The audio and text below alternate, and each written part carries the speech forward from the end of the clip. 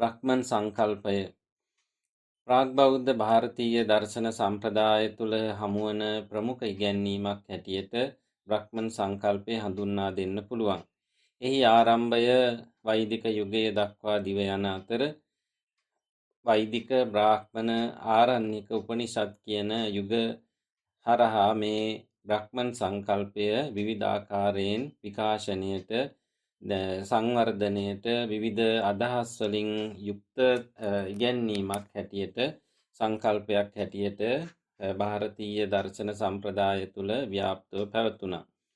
ඒ කාරණය කෙසේද හා ඒ බ්‍රහ්මන් සංකල්පය නියෝජනය කරන ඉගැන්වීම් මොනවද කියන කාරණය විමසා බැලීම මෙහි අරමුණයි. බ්‍රහ්මන් යෙදුමේ පද විභාගය එහෙම නැත්නම් ඒ බ්‍රහ්මන් යෙදුම කෙසේ සකස් වී ඇද්ද එහි අර්ථය කුමක්දැයි විමසා බැලීම මෙහි අරමුණයි. බ්‍රහ්මන් යන වචනය පැමිණෙන්නේ සංස්කෘත භාෂාවෙන්. බ්‍රිහ් කියන වචනාර්ථයෙන් තමයි එය උත්පාදනය වෙන්නේ. එහි අර්ථය වන්නේ වර්ධනය වීම හෝ ශ්‍රේෂ්ඨ වීම කියන අර්ථය. ඒ වගේම බ්‍රිහ් මූලයෙන් සැදී ඇති වචනවලට විවිධාර්ථ ලබා දීලා තියෙනවා. විශාල, විස්තීර්ණ, සර්ව ප්‍රචලිත කියන අර්ථ ලබා දී තියෙනවා. ඒ අනුව බ්‍රහ්මන් යන යෙදුමින් ඊතා පුළුල්, එහෙම නැත්නම් පැතුරුණු, එහෙම නැත්නම් සියලු තැන්හි පැතුරුණු කියන අර්ථය කුළු ගැන්වී ඇති යෙදුමක්.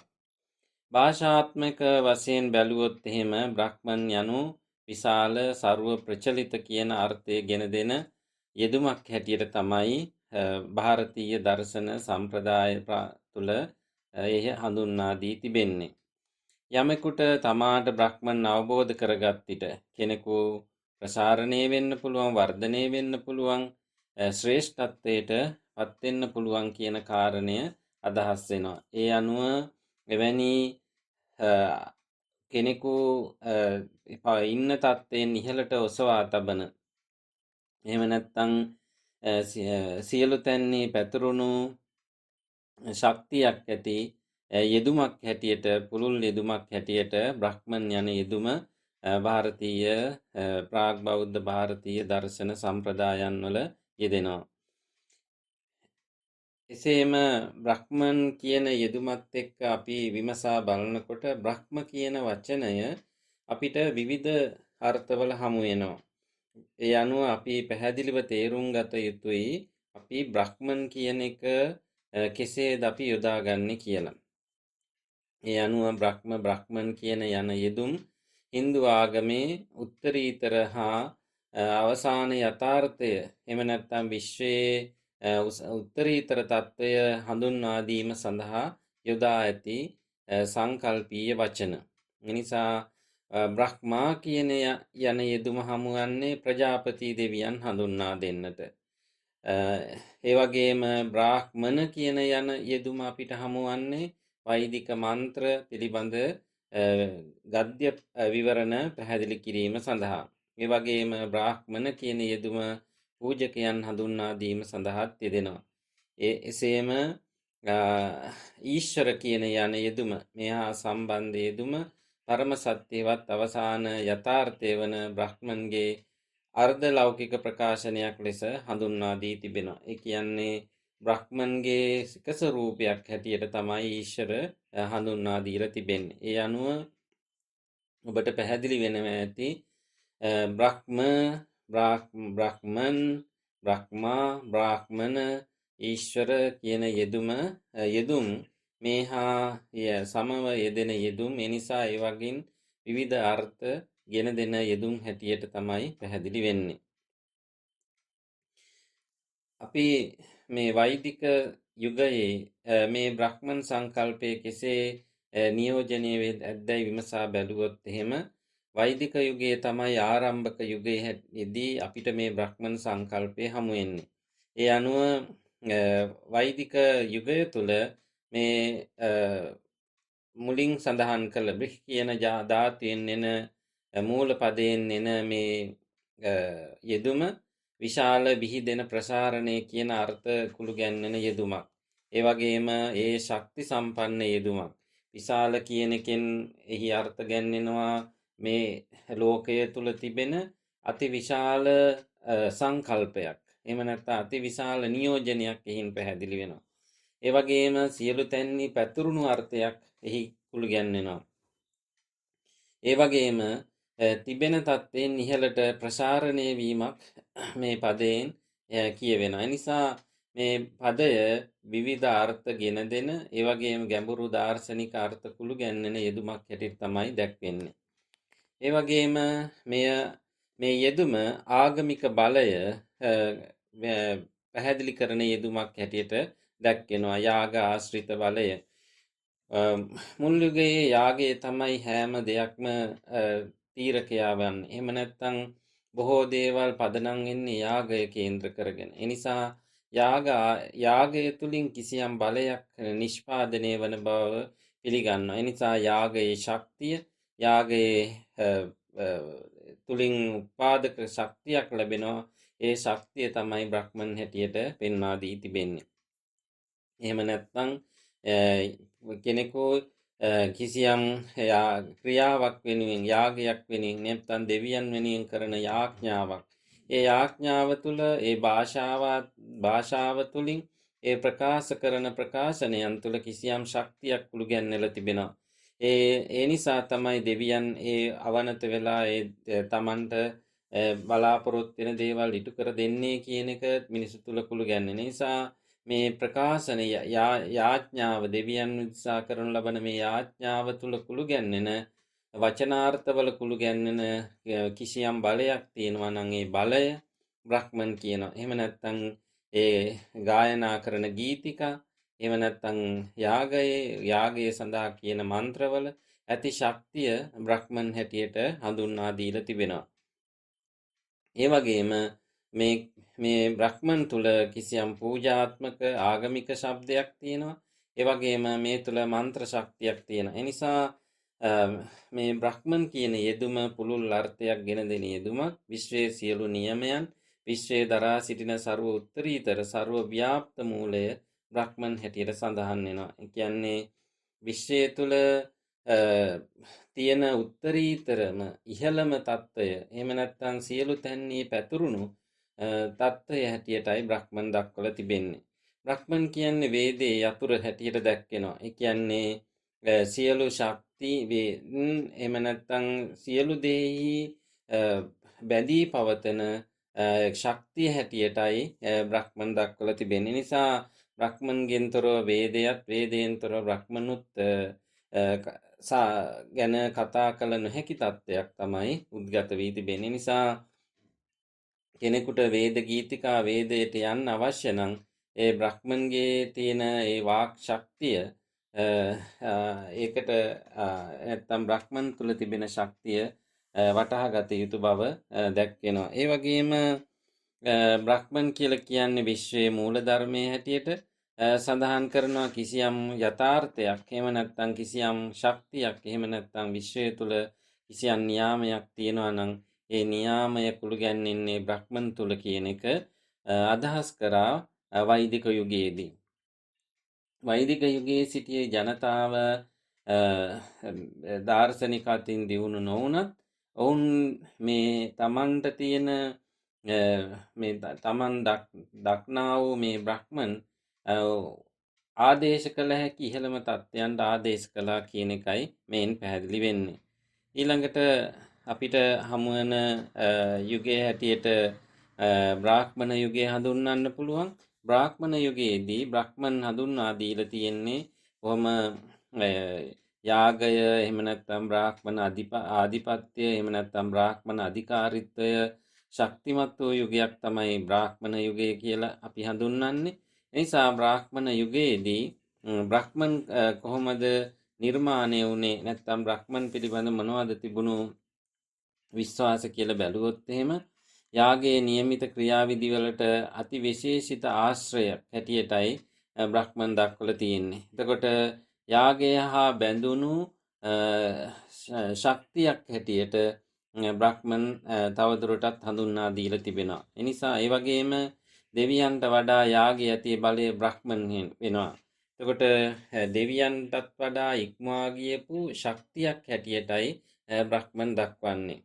ඒ වගේම විශ්වයේ ප්‍රභවය ඊට හේතු සියල්ල බ්‍රහ්මන් හැටියට දක්වනවා. ඒ වගේම යාගයෙන් තොරව කිසිවක් හට නොගනි සියලු දේ බ්‍රහ්මන්. ඒ කියන්නේ මේ බ්‍රාහ්මණ යුගයේදී සියලු දේවල් මිනිසාගේ සියලු ක්‍රියාවන් එහෙම නැත්නම් යහපත අයහපත මේ හැම දෙයකටම ඒ වගේම පාලකයන්ගේ යහපත් අයහපත් සියලු ක්‍රියාවන් වලට යාගය තමයි යොදාගත්තේ. එනිසා යාගයෙන් තොරව කිසිම දෙයක් ඔවුන් ඉස්මතු කරන්නට උත්සාහ කරේ නැහැ. එනිසා කොයිමන හෝ කටයුත්තකදී යාගය ප්‍රමුඛතාවය ගත්තා. එනිසා යාගය ඉදිරිපත් කළා. එනිසා යාගයෙන් තොරව කිසිවක් හටගන්නේ නැහැ. එනිසා මේ ඔවුන් යාගයේ තියෙන ශක්තිය බ්‍රහ්මන්, ඒ වගේම එනිසා මේ සියලු දේම ශක්තිය බ්‍රහ්මන් හැටියටයි ඔවුන් ප්‍රකාශ කළේ. එනිසා බ්‍රහ්මන්ට ලොකු භූමිකාවක් බ්‍රාහ්මණ යුගයේදී නිර්මාණය කළා යාගයත් කේන්ද්‍ර කරගෙන. ඒ වගේම මන්ත්‍ර ජප කිරීමේ බල යාගයේදී බලය ශක්තිය ලැබෙන්නේ මන්ත්‍ර ජප කරනකොට. එනිසා යාගයේ ඇති බලයේ උපාදක ශක්තිය යාගයේදී භාවිත කරන මන්ත්‍රවල ඇතැයි විශ්වාස කළා. එනිසා යාගයේදී කිසියම් කෙනෙක් ඒ මන්ත්‍ර ජප කරලා කිසියම් ශක්තියක් නිෂ්පාදනය කරනවා. ඒ නිෂ්පාදනය කරන ශක්තියට අපි කියන උත්පාදක ශක්තිය කියලා. එනිසා මේ උත්පාදක ශක්තිය ගෙන දෙන්නට ඒ භාවිත කරන මන්ත්‍රවල තමයි හැකියාව තියෙන. නිසා මන්ත්‍රවලට ලොකු ශක්තියක් තියෙනවා. ඒ අක්ෂර පිළගස්වල තියෙන හැටි, භාෂාව, උච්චාරණය මේ සියල්ලක්ම එකතු වෙලා මේ මන්ත්‍ර ජප කරනකොට කිසියම් ශක්තියක් නිෂ්පාදනය වෙනවා. එනිසා ඒ උත්පාදක ශක්තිය, ඒ නිෂ්පාදනය කරන ශක්තිය තමයි බ්‍රහ්මන් හැටියට හඳුන්වා දීලා තියෙන්නේ. එනිසා බ්‍රාහ්මණ යුගයේදී තා සුවිශේෂී තැනක් බ්‍රහ්මන් සංකල්පය සඳහා හිමි වුණා. ඊළඟට ආරණ්‍යක යුගයේ අපිට හමු වෙන්නේ ಭಾರತೀಯ දර්ශන සම්ප්‍රදාය තුන්වෙනි යුගයේ හැටියට. ඒ යුගයේදී බ්‍රහ්මන් බාහිර යාගයෙන් අභ්‍යන්තර යාගයේ වෙත යොමු වීමක් සිදු වුණා. බොහෝ දෙනා මේ බමුණන්ගේ ප්‍රකාශනයන් ඉගැන්වීම් වල සත්‍යතාවය සොයන්නට උත්සුක වුණා. ඒ වගේම ඒ නිසා සත්‍ය ගවේෂණය සඳහා සියලු දෙනාම යොමු වුණා. ඒ නිසා සියලු කුලයන්ට අයිති පිරිස, ඒ වගේම ගිහි කාන්තාවන් පුරුෂයන් මේ සියල්ලෝම වනගත වෙලා සත්‍ය ගවේෂණයෙහි යෙදුණා. එනිසා ඒ යෙදීමට ආරම්භ කළ වනගත වීම මේ බොහෝ සිදු වුණ යුගයේ හැටියට ආරණ්‍යක යුගයේ දක්වන්නේ. නිසා බොහෝ දෙනෙක් බාහිර යාගයෙන් අභ්‍යන්තර යාගයක් වෙත යොමු වුණා. නිසා යාග කරන එක සත්ව ඝාතනයක් කිරීම, එහෙම නැත්නම් ද්‍රව්‍ය ගිනි දෙවියන්ට පිදීම, මේ වගේ දේවල් කරනවට වඩා ඔවුන් භාවනාවකට යොමු වෙන්න කටයුතු කරපු, එහෙම නැත්නම් තමන්ගේ సంతානය යොමු කරගත්ත යුගයේ හැටියටයි ආරණ්‍යක යුගය හඳුන්වන්නේ. නිසා පුජ්‍යලයක් තුල ඇති අභ්‍යන්තර ශක්තියට තමයි බ්‍රහ්මන් හැටියට ආරණ්‍යක යුගයේදී පැහැදිලි කරන්නේ. නිසා අපිට බ්‍රහ්මන් පිළිබඳ වැඩි තොරතුරු සාකච්ඡා කරන්න පුළුවන් යුගයේ හැටියටයි උපනිෂද් යුගය හඳුන්වා දෙන්න පුළුවන්කම ලැබෙන්නේ. උපනිෂද් යුගයේ වන විට මේ බ්‍රහ්මන් කියන එක බොහොම දියුණු තත්වයකට පත් වුණා. ඒ නිසා ජීවිතයේ පරම තත්වය, එහෙම නැත්නම් ආත්ම අවබෝධය, ආධ්‍යාත්මික පාරිශුද්ධිය ඇති කරන දෙයක් හැටියට තමයි බ්‍රහ්මන්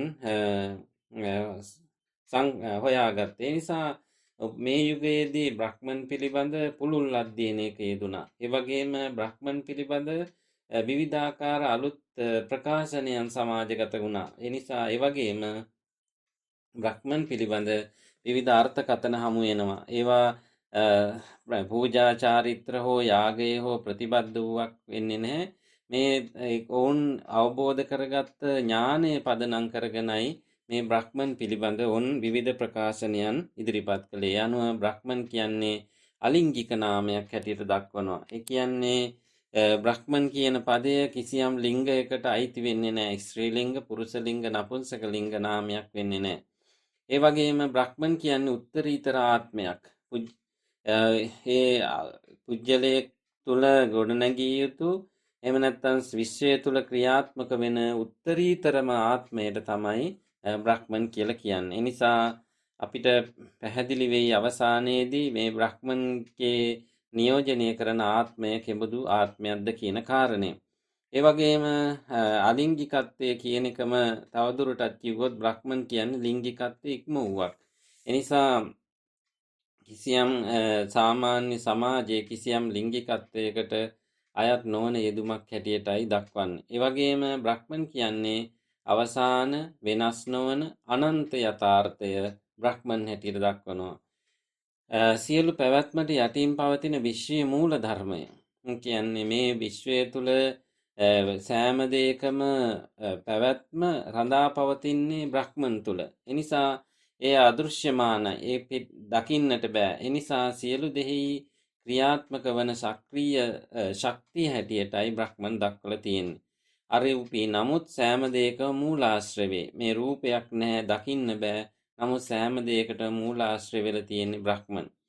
ඒ වගේම බ්‍රහ්මන් කොටස් තුනකට විස්තර කරනවා. සච්චිත් ආනන්ද කියලා විඥානයේ නැත්තම් ප්‍රීතිය ලෙස ඒ විස්තර කරනවා. එනිසා අවසානයේ පුජ්‍යලයක් ළඟා විය හැකි ප්‍රීතිය නැත්තම් සතුට ප්‍රමෝදය ඇතිවන්නේ මේ බ්‍රහ්මන් තුලින්. ඒ වගේම විශ්වීය ආත්මය හැටියටත් බ්‍රහ්මන් සඳහන් කරනවා. ඒ නිසා විශ්වය තුල කිසියම් සියලු දේ එකට බැඳ තබන ආත්මයක් තියෙනවා නම් ඒ ආත්මය තමයි බ්‍රහ්මන් කියන්නේ. ඒ නිසා සියල්ල එකට බැඳ තබා ගන්නා දෙයක්. පෞද්ගලික ආත්මයක් සමග ඒකීය භාවය අවබෝධ කර ගැනීම මුක්ති මෝක්ෂයට මඟ පාදන. ඒ නිසා පුජ්‍යලෙක් තමන් තුළ තියෙන ආත්මය කුමක්දයි පැහැදිලිව තේරුම් ගන්නවා නම් ඒ තේරුම් ගැනීම තුලින් ඔහුට මේ විමුක්තියට බ්‍රහ්මන් අවබෝධයට මෝක්ෂයට යොමු වෙන්න පුළුවන් කියන කාරණය සඳහන් වෙනවා. ඒ වගේම උපනිෂද් යුගයේදී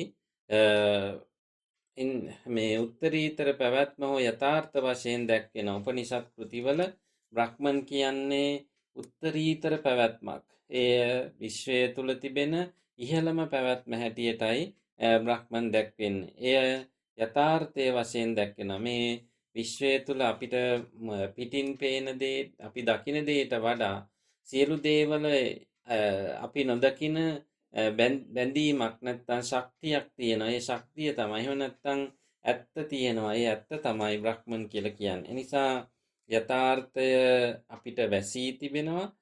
ඒ වැසී තිබෙන යථාර්ථය තමයි බ්‍රහ්මන් හැටියට උපනිෂත්වල දක්වලා තියෙන්නේ. එය සදාකාලික, සවිඥානික, අඩු කළ නොහැකි, අනන්ත, ਸਰව ව්‍යාප්ත විශ්වයේ ආධ්‍යාත්මික හරය හැටියට දක්වනවා. සදාකාලිකයි, හැමදාම පවතිනවා. ඒ වගේම සවිඥානිකයි. ඒක විඥානයේ සහිත දෙයක්. ඒ අක්‍රිය වූවක් නෙමෙයි. ඒ විඥානයේ සහිත දෙයක්. ඒ සවිඥානික දෙයක්. ඒක මරුණු දෙයක් නෙමෙයි. ඊළඟට එය අක්‍රිය දෙයක් නෙමෙයි. ඒ නිසා සවිඥානික දෙයක්. ඒ වගේම මේ අඩු කරන්න බෑ. මෙතන මේ ටික වැඩි, මේ ටික අඩු කරන්න ඕනේ. එහෙම කියන්න අවශ්‍ය නැහැ. ඒක අංග සම්පූර්ණ දෙයක්. අනන්තයි, සීමාවක් නැහැ. ਸਰව ව්‍යාප්තයි, හැමතැනම පැතිරුණා. විශ්වයේ තියෙන ආධ්‍යාත්මික හරය හැටියටයි බ්‍රහ්මන් දක්වන්නේ. ඒ වගේම දෙවියන් උත්තරීතර ජීවයා අතර විස්තර කිරීමේ හින්දු භක්තිකයන් භාවිත කරන යෙදුමක්. ඒ නිසා එය දිව්‍ය විඥානය ලෙසත් හැඳින්වෙනවා. ඒ නිසා උත්තරීතර දෙවියන් විස්තර කරන්න හින්දු භක්තිකයන් තුළ උපයෝග කරගත්ත යෙදුමක් හැටියටයි බ්‍රහ්මන් දැක්වෙන්නේ. ඒ නිසා දෙවියන් කියන්නේ කවුද කියන එක පැහැදිලි කරන්න බෑ. ඒකට භාෂාව සීමිතයි. මිනිසුන්ට ඒක අවබෝධ වෙන්නේ නැහැ. අදෘශ්‍යමානයි, නොපෙනෙන දෙයක්. ඒ සංකල්පය කොහොමද මිනිසුන්ට කියා දෙන්නේ? ඒ වගේම උත්තරීතර ජීවියෙක් යාගේ ශක්තිය නැත්තම් ක්‍රියාත්මක වෙන එක, එහෙ නැත්නම් ඒ වූ යන මඟ, නැත්නම් ඔහුගේ தත්ත්වයන් පැහැදිලි කරන්න මේ සාමාන්‍ය ජනතාව සඳහා යොදාගත් ක්‍රමයක් හැටියටයි බ්‍රහ්මන් දැක්වෙන්නේ.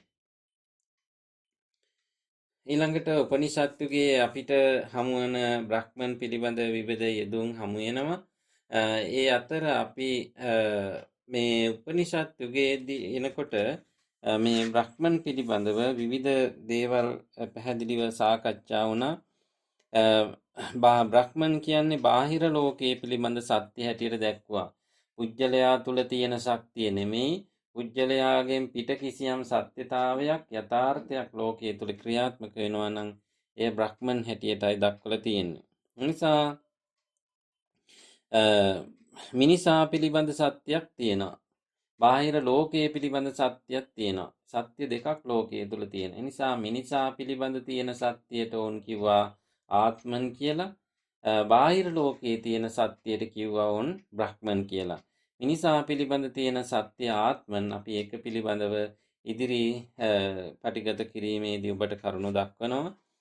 මේ ආත්මන් කියලා බ්‍රහ්මන් කියලා කියන්නේ විශ්වය තුල ක්‍රියාත්මක වන ශක්තිය. එනිසා බ්‍රහ්මන් හා ආත්මන් කියන ඉගැන්වීම් උපනිෂද් සාහිත්‍ය තුල කතා වුණා. උපනිෂද් දර්ශනය තුල, හින්දු දර්ශනය තුල, ෂඩ් දර්ශනය තුල මේ සංකල්පය ඉතා පුළුල්ව සාකච්ඡා වුණා. ඒ අනුව බ්‍රහ්මන් කියන්නේ අපි මුලින් කිව්වා යාගයට, මන්ත්‍ර ජප කිරීමට, යාග ශක්තියට, ඒ උපාදක ශක්තියට ලැබෙනවයි කියලා. මේ සංකල්පය වර්ධනය වෙලා මේක මුළු ලෝකයේ තුලම පැතිරුණු දෙයක් බවට පත් වුණා. නිසා බ්‍රහ්මන් පුජ්‍යලයා අවබෝධ කරගන්නේ කොහොමද? මේ යෝගයේ හිටපු උපනිෂද් යුගයේ හිටපු දාර්ශනිකයන්ට මේ බ්‍රහ්මන් කියන එක අවබෝධ කරගන්න පුළුවන්. ඔවුන් භාවනා කරලා තියෙනවා, යෝග කරලා තියෙන නිසා උන්ට බොහෝ දෙනෙකුට ඒ මාර්ගයට පිවිසි අයට බ්‍රහ්මන් මොකද්ද, පරමාර්ථ සත්‍ය මොකද්ද කියන එක ඔවුන්ට තේරුම් ගන්න පුළුවන්.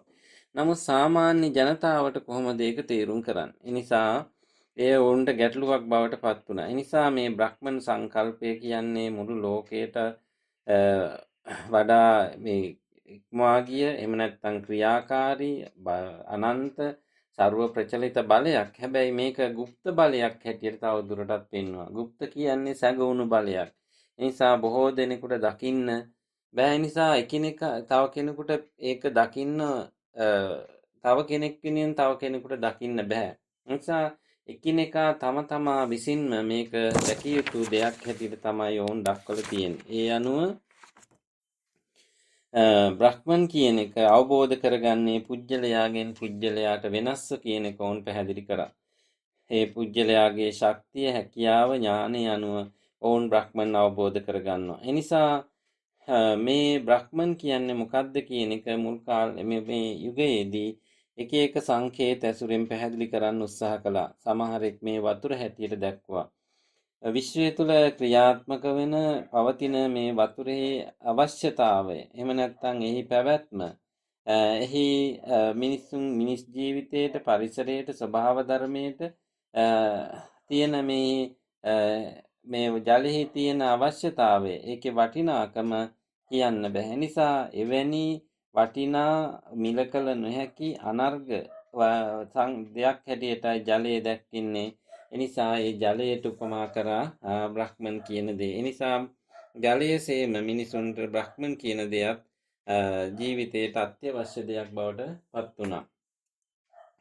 ඒ වගේම සමහර කෙනෙක් අවකාශය හැටියට දැක්වුවා. පොළොවත් අහසත් අතර පවතින මේ අවකාශය, මේ විශ්වයේ තියෙන සෑම දෙයක්ම ගොඩනැගෙන්නේ, එහෙම නැත්නම් ප්‍රරෝහණය වෙන්නේ, වැඩෙන්නේ, මිනිස්සු ජීවත් වෙන්නේ, මේ හැම දෙයක්ම සිද්ධ වෙන්නේ පොළොවත් අහසත් අතර අවකාශය තුල. ඒ නිසා ඊටාම මේ මිනිසාගේ ජීවයාගේ ස්වභාව ධර්මයේ පැවැත්මට මේ පොළොව හා ආස අතර අවකාශය ඊටාම වටිනවා. ඒක නොමැතිනම් මේ කිසිවක් නැති වෙනවා. ඒ නිසා ඒ අවකාශය ඊටාම වටිනවා. ඒ නිසා ඒ අවකාශයේ කොතරම් වටිනවද කිව්වොත් මේ සෑම දෙයකම පැවැත්ම රඳා පවතින්නේ අවකාශය තුල. ඒ නිසා ඒ අවකාශය බ්‍රහ්මන් හැටියට හඳුන්වා දුන්නා. එහෙම නැත්නම් ඉරහඳ, ඉර සූර්යාගේ හඳෙහි ක්‍රියාත්මක වීම පැවැත්ම කොතෙක් දුරට මේ ස්වභාව ධර්මයට මිනිසාට බද්ධ වෙලා තියෙන නිසා ඒ විදිහට උන් සූර්යා හඳ උපයෝග කරගෙන මේ බ්‍රහ්මන් පැහැදිලි කරන්න උත්සාහ කළා. ඒ අනුව තවත් අවස්ථාවක අපිට පැහැදිලි වෙනවා තෛත්තරීය උපනිෂත්වල සඳහන් වෙනවා යමකින් මිනිසා උපදිනවද උපතින් පසු මිනිසා යමකට ජීවත් වෙනවද මරණින් පසු යමකට ඇතුළු වෙනවද ඒ බ්‍රහ්මන් පුජ්‍යලයාගේ ජීවිතේ හැම දෙයක්ම බ්‍රහ්මන් කියන එකයි දැක්වේ. නිසා උපදින්නෙත් උපතින් පසු ජීවත් වන්නෙත් මරණින් පසු ගමන් කරන්නෙත් මේ බ්‍රහ්මන් කියන தත්ත්වයට බව ඕන් පැහැදිලි කළා. ඒ වගේම සමහර කෙනෙක් මේ භෞතික වස්තු සියල්ලක්ම බ්‍රහ්මන් කියලා හැඳින්වනවා. ඒ නිසා මේ භෞතික ලෝකයේ තියෙන හැම දෙයකම ක්‍රියාකාරීත්වය රඳා පවතින්නේ බ්‍රහ්මන් ඇසුරෙන්. ඒ නිසා එය විස්තර කළ නොහැකි දෙයක් බවට පත් වුණා. ඒ නිසා එක එක සංකේත ඇසුරෙන් ඔවුන් එය පැහැදිලි කරන්න උත්සාහ කළා. එතකොට තව පිරිසක් මේක තව අවස්ථාවක මේක පැහැදිලි කරනවා පුජ්‍යලයාගේ තියෙන ප්‍රාණය බ්‍රහ්මන් හැටියට. මොකද පුජ්‍යලයේගේ ජීවිතය රඳා පවතින්නේ ප්‍රාණය මත. ඒ නිසා ප්‍රාණය කොච්චර වටිනවද කියන එක අපි දන්නවා. ආස්වාස ප්‍රාස්වාස කිරීම තුළ මේ රඳා පවතින මේ ප්‍රාණය තමයි බ්‍රහ්මන් කියලා ඕන් ප්‍රකාශ කළා. සමහර අවස්ථාවක සිත එහෙම නැත්නම් මනසේ ක්‍රියාකාරීත්වයේ බ්‍රහ්මන් හැටියට පැහැදිලි කරන්න උත්සාහ කළා. මේ ආකාරයට බ්‍රහ්මන් පිළිබඳව මේ යුගය තුල විවිධ කරුණු ඔවුන් පැහැදිලි කරන්නට උත්සාහ ගත්තා. ඒ අනුව උපනිෂද් යුගයේ අපිට හමුවන බ්‍රහ්මන් මේ ලක්ෂණ කීපයක් තියෙනවා. ඒ ලක්ෂණ ඊටාත්ම වටිනා නිසා උපනිෂද් ග්‍රන්ථ අපහැදිලි වියුක්ත ආකාරයෙන් මේ බ්‍රහ්මන් විස්තර කරලා තියෙනවා. ඒ දාර්ශනිකයන් විවිධාකාරයෙන් අවබෝධ කරගත් ආකාරය පදනම් කරගෙන බ්‍රහ්මන් පැහැදිලි කරනවා. එනිසා සමහර අවස්ථාවක ශ්‍රේෂ්ඨ උද්‍යෝගිමත් දේ හැටියටත් බ්‍රහ්ම පරිපූර්ණ ස්වයංපෝෂිත දෙයක් හැටියටත් සදාකාලික දෙයක් පැවැත්ම හා නොපැවැත්ම යන දෙකම පදනම් වෙච්ච දෙයක් හැටියටත් ඒ වගේම පුජ්‍යලයේගේ පිරිසුදු විඥානය එහෙම නැත්නම් යථාර්ථය සෑම කෙනෙකු තුළම සැඟවුණු ආත්මය එහෙම නැත්නම් සෑම කෙනෙක් තුළම ක්‍රියාත්මක අභ්‍යන්තර පාලකයා එහෙම නැත්නම් අමරණීය තැනැත්තා ප්‍රීතිය පවතින දේ උත්තරීතර නිධානය මේ සියල්ලක්ම බ්‍රහ්මන් හැටියටයි දක්වන්නේ. ඒන් ඔබට පැහැදිලි වෙනම ඇති එකිනෙකා මේ බ්‍රහ්මන් අවබෝධ කරගෙන තිබෙන්නේ විවිධාකාරයෙන්. කෙනෙකුට කියන්න පුළුවන් තමන් අවබෝධ කරගත්තාම බ්‍රහ්මන් තමයි තපුජ්‍යලයාගේ අභ්‍යන්තර ශක්තිය එහෙම නැත්නම් පාලකයා හැටියට. තව කෙනෙකුට ඒක කියන්න පුළුවන් උත්තරීතර නිධානය නැත්නම් ප්‍රීතිය හැටියටත් ඒක දක්වන්න පුළුවන්. එනිසා මේ සියලු නිර්මාණයන් නික්මෙනවා. බ්‍රහ්මන් තුළින් තමයි මේ ලෝකයේ තියෙන හැම නිර්මාණයක්ම ගොඩනගන්නේ. නමුත් බ්‍රහ්මන් නිර්මාණය වෙලා නැහැ කියන එකයි ඔවුන්ගේ අදහස. ඒ වගේම මේ ලෝකයේ දේවල් බවට පරිවර්තනය වෙන්න පුළුවන්. අපි කිව්වා වගේ වතුර අවකාශයේ ඉර හඳ ආදී විවිධ දේවල් වලට භෞතික දේවල් වලට පවා පරිවර්තනය වෙන්න පුළුවන්. නමුත් මේ පතුලේ මෙම පරිවර්තනය මගින් නොවෙනස්ව පවතිනවා. මේ ගැඹුරු යථාර්ථය නොවෙනස්ව පවතින්නේ බ්‍රහ්මන් තුල. ලෝකේ මතු පිට ඕන දෙයකට පරිවර්තනය වෙන්න පුළුවන්. නමුත් යථාර්ථය කිසි දෙයකට පරිවර්තනය නොවන බවයි ඕන් පැහැදිලි කරන්නේ. එසේම උපනිෂත් යුගයේ අපේ ක්‍රිස්තු පූර්ව 800 300 අතර කාලේ බාහිර වාරිත්‍රවාදයේ සිට අභ්‍යන්තරයේ මෙනෙහි කිරීම දක්වා අවධානයේ මාරුවීමක් සටහන් වුණා. මේ පුජ්‍යලයා බාහිර දේන් අභ්‍යන්තර දේට යොමු වුණු යුගයක් තමයි උපනිෂද් කියලා කියන්නේ. අපි ආරණ්‍යක යුගයේදී කිව්වා පුජ්‍යලයා මේ බාහිර යාගයේ වෙනුවට අභ්‍යන්තර යාගයට යොමු වුණා කියලා. අන්න ඒ වගේ පුජ්‍යලයා මේ අභ්‍යන්තර මෙනෙහි කිරීමකට යොමු වෙච්ච යුගයක් තමයි උපනිෂද් කියලා කියන්නේ. එනිසා මේ බ්‍රහ්මයා සියලු පැවැත්මට යටින් පවතින අවසාන මූල ධර්මයේ හැටියට ඕන් විස්තර කළා. ඒ අනුව අපිට උපනිෂද් කෘතිවල මේ බ්‍රහ්මන් හඳුන්වා දෙන යෙදුම් කීපයක් ඔබගේ අවධානය සඳහා ඉදිරිපත් කරනවා. තෛත්තරීය උපනිෂත්වල කියනවා බ්‍රහ්මයා යනු සියලු ජීවීන් ඉපදෙන ඔවුන් ජීවත් වෙන සහ ඔවුන් නැවත පැමිණෙන දේ හැටියට දක්වනවා. ඒ බ්‍රහ්මයන් ශක්තිය නිසා සියලු ජීවීන්ගේ පැවැත්ම හා නැවැත්ම අවසානයේ රඳා පවතින්නේ මේ බ්‍රහ්මන් කියන தත්ත්වය තුළ. ඊළඟට චාන්දෝග්‍ය උපනිෂදයේ දක්වනවා ප්‍රසිද්ධ ආඥාව. මොකක්ද ඔවුන්ගේ ආඥාව, ඔවුන්ගේ ප්‍රකාශය තත්වම්මසි. ඒ ඔබයි. බ්‍රහ්මයා සමග තනි ආත්මය එකමුතුකම තහවුරු කරනවා. එනිසා පුජ්‍යලයා තුල ක්‍රියාත්මක වෙන ආත්මයත් බාහිර ලෝකයේ ක්‍රියාත්මක වෙන බ්‍රහ්මන් කියන එකත් දෙක අතර ඒකාත්මිකතාවය ඔවුන් තහවුරු කරනවා. ඒ දෙකක් නෙමෙයි, අන්‍යෝන්‍ය වශයෙන් බද්ධ වෙච්ච දෙයක්. ඒ නිසා මේ විශ්වය තුල ක්‍රියාත්මක වෙන බ්‍රහ්මන් පුජ්‍යලයා තුල ක්‍රියාත්මක වෙන්නේ ආත්මන් හැටියට. ඊළඟට බෘහදාරණ්‍යක උපනිෂත්වල දැක්වෙනවා බ්‍රහ්මයා නේති මේ නොවේ කියලා විස්තර කරයි. ඒ සියලු විස්තර හා සංකල්පන ඉක්මවා යන බව අවධාරණය කරනවා. බ්‍රහ්මන් කියන දේ, බ්‍රහ්ම නැත්නම් බ්‍රහ්මයා කියන දේ අපි මේ දෙකම මුලදී පැහැදිලි කරගත්තා. ඒ නිසා කෙනෙකුට කියන්න පුළුවන් බ්‍රහ්මන් කියන්නේ මෙන්න මේක කියලා.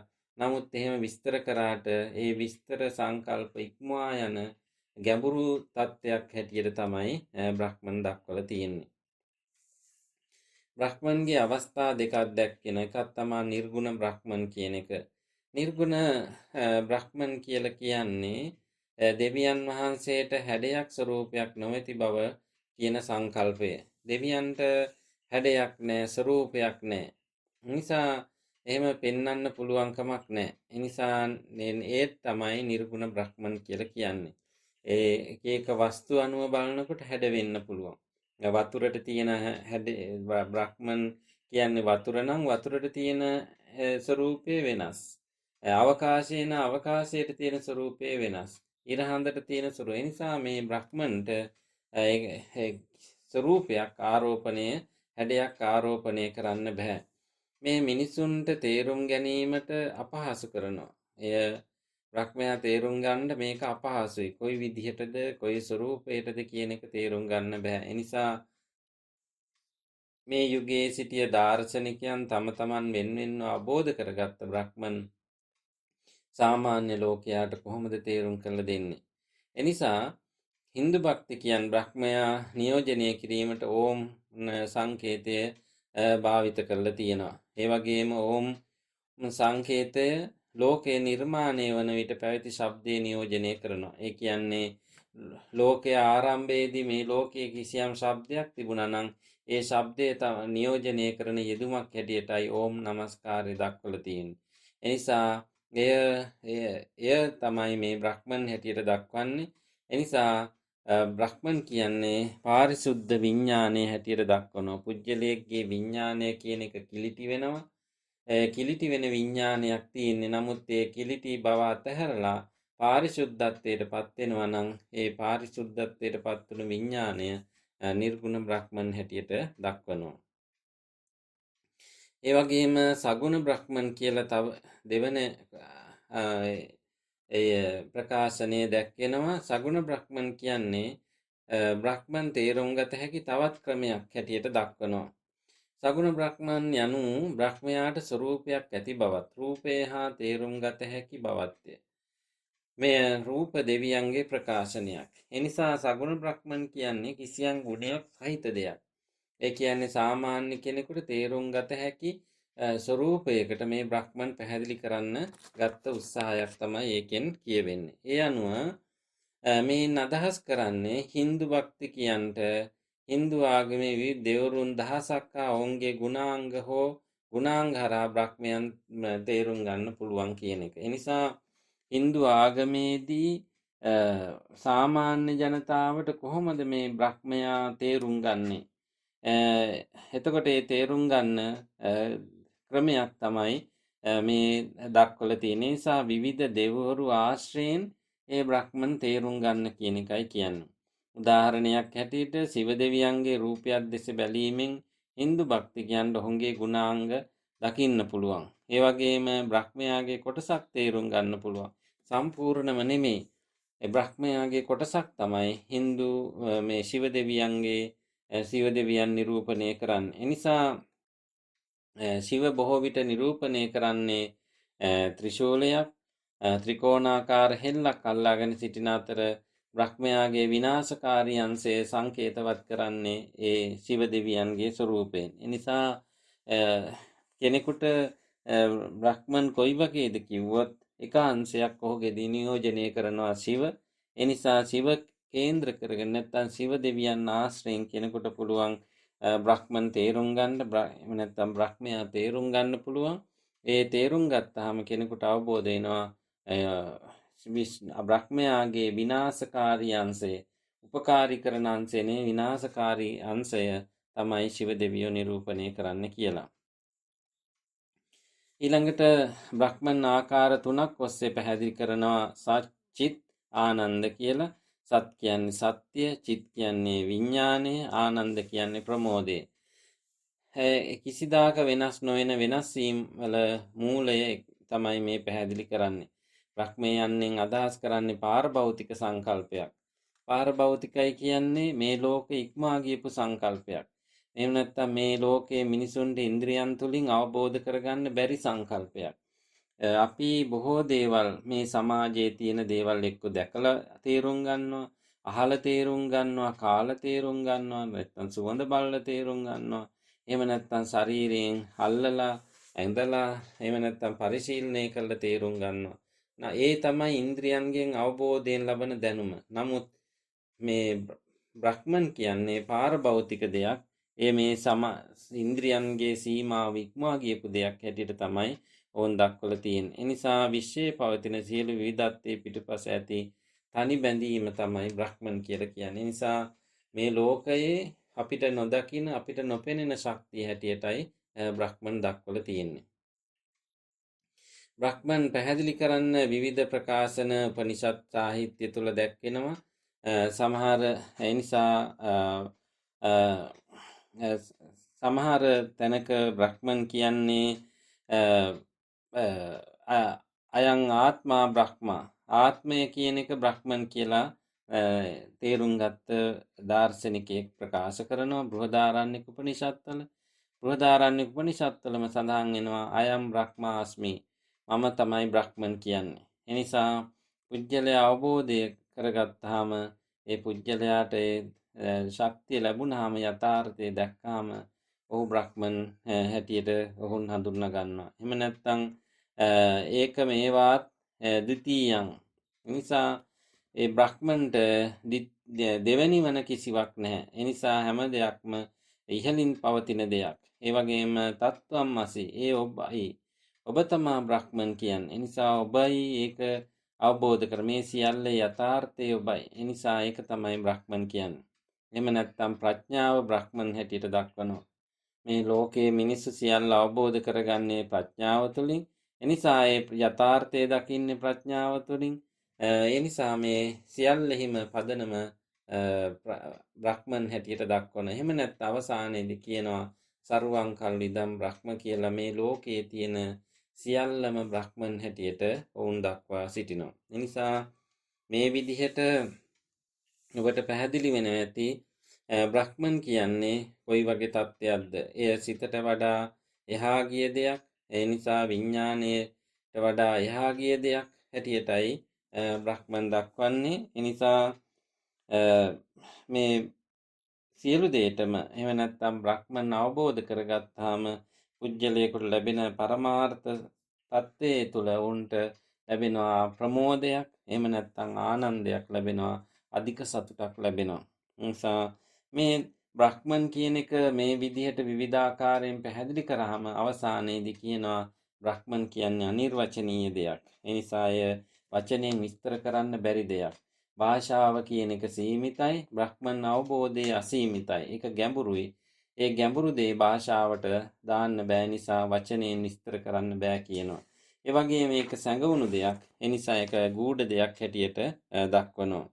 ඒ නිසා මේ බ්‍රහ්මන් පිළිබඳව තව ප්‍රකාශන කීපයක් ඔබට පැහැදිලි කළොත් එහෙම මේ බ්‍රහ්මන් කියන එක කොහොමද සම්බන්ධ වෙන්නේ මේ ලෝකයේත් එක්ක කියලා එක තැනක යාඥවල්ක්‍ය විසින් බෘහදාරණ්‍යක උපනිෂද්වලදී පැහැදිලි කරනවා දිය වායුව සමගද වායුව අන්තරීක්ෂයේ සමගද එම ලෝකයේ ගාන්ධර්ව ලෝකයේ සමද ගාන්ධර්ව ලෝකයේ ආදිත්‍ය ලෝකයේ සමද ආදිත්‍ය ලෝකයේ චන්ද්‍ර ලෝකයේ සමගද අවසානයේ සියල්ල බ්‍රහ්මන් ලෝකයේ සමගද සම්බන්ධ වෙනවයි කියලා සඳහන් වෙන නිසා මේ ලෝකය මේ දාමය මේ තුල මේ ප්‍රවාහය තුල මේ බ්‍රහ්මන් මේ සියල්ලම නියෝජනය කරන බව පැහැදිලි කරනවා. එනිසා වේදයේ තුල මේ නිර්මාපක දෙවිවරු විශ්වකර්ම පුරුෂ මේ සියල්ලම මේ බ්‍රහ්මන් හැටියට දැක්කා. උපනිෂත්තුගේදී ප්‍රජාපති බ්‍රහ්මන් හැටියට දැක්කා. උපනිෂත්තුගේදී විශ්වයේ තියෙන සත්‍යතාවය බ්‍රහ්මන් හැටියට දැක්වුවා. එය පැහැදිලි කරන්නට උත්සාහ කළා. ඒ නිෂ්පුජ්‍යල තත්ත්වයක් හැටියට පැහැදිලි කරන්න උත්සාහ කළා. එනිසා බ්‍රහ්මන් කියන්නේ අනිර්වචනීය දෙයක්. විස්තර කරන්න බෑ. එනිසා බොහෝ විට මෙය ප්‍රතිවිරුද්ධ වචන යොදලා තමයි එහෙම නැත්නම් නැත කියන අර්ථය සහිත වචන යොදලා තමයි මේක පැහැදිලි කරන්නේ. ඒ තරම් එය ගැඹුරු දෙයක් හැටියට වොන් පැහැදිලි කරනවා. බෘහදාරණ්‍යක උපනිෂත්වල තව ප්‍රකාශනයක් සඳහන් වෙනවා. බ්‍රහ්මන්ට පූර්වාපර දෙයක් නැහැ. ඒ ආරම්භයක් අවසානයක් නැහැ. ඇතුළත පිටතක් දක්වන්න බෑ. එනිසා මේ සියල්ලම බ්‍රහ්මන් හැටියට තමයි දක්වන්නේ. එනිසා බ්‍රහ්මන් අවබෝධ කරගන්න බෑ ඉන්ද්‍රියන් තුලින්. එනිසා මං මුලදී සඳහන් කළා ඉන්ද්‍රියන්ගේ සීමාව සීමිතයි. නමුත් බ්‍රහ්මන් කියන එක අසීමිත දෙයක් හැටියටයි ඕන් දක්වන්නේ. එනිසා ඊශා කියන උපනිෂත්වල දක්වනවා එය හිතටත් වඩා වේගයෙන් ගමන් කරනවා. ඉඳුරන් පෙරටුව ගමන් කරනවා. බැවින් එය පසු කිරීමට ඉඳුරන්ට නොහැකි. ඉඳුරන්ට ඉස්සරහින් තමයි. එනිසා තියෙන්නේ. නිසා ඉඳුරන්ට ඒ අල්ලගන්න බෑ. එය වේගවත්. එනිසා දුවන්නන් පසු කර යනවා. එනිසා දුරින් මෙන්ම ආසන්නයේද පවතින ඇතුළත හා පිටතද පවතින දෙයක් හැටියට තමයි මේ බ්‍රහ්මන් දක්වලා තියෙන්නේ. සියල්ලටම ඉක්මවා ගියපු දෙයක් හැටියට තමයි බ්‍රහ්මන් දක්වලා තියෙන්නේ. එනිසා අවසාන වශයෙන් බ්‍රහ්මන් කියන්නේ කුමක්ද කියලා කිව්වොත් එහෙම එකිනෙකා අවබෝධ කළ යුතු දෙයක්. ඒ වගේම එය අන්‍යයන්ට පහදා දීමට නොහැකි දෙයක්. ඒ වගේම තර්ක කරලා වටහාගත නොහැකි දෙයක්. ඒ වගේම ප්‍රත්‍යක්ෂ ඥාණයෙන් එහෙම නැත්නම් තපස් රැකලා එහෙම නැත්නම් භාවනා කරලා යෝග කරලා අවබෝධ කරගත යුතු දෙයක්. එය සිතට වඩා ඇසට කනට නාසයට මේ ඉන්ද්‍රියන්ට වඩා ගෝචර නොවන දෙයක්. එනිසා එය මනසින් අවබෝධ කරගත යුතු දෙයක් හැටියටයි දක්වන්නේ. එනිසා බාහිර ලෝකයේ පිළිබඳ තියෙන සත්‍ය බ්‍රහ්මන් හැටියට උපනිෂද් සාහිත්‍ය තුල දක්වා තිබෙනවා.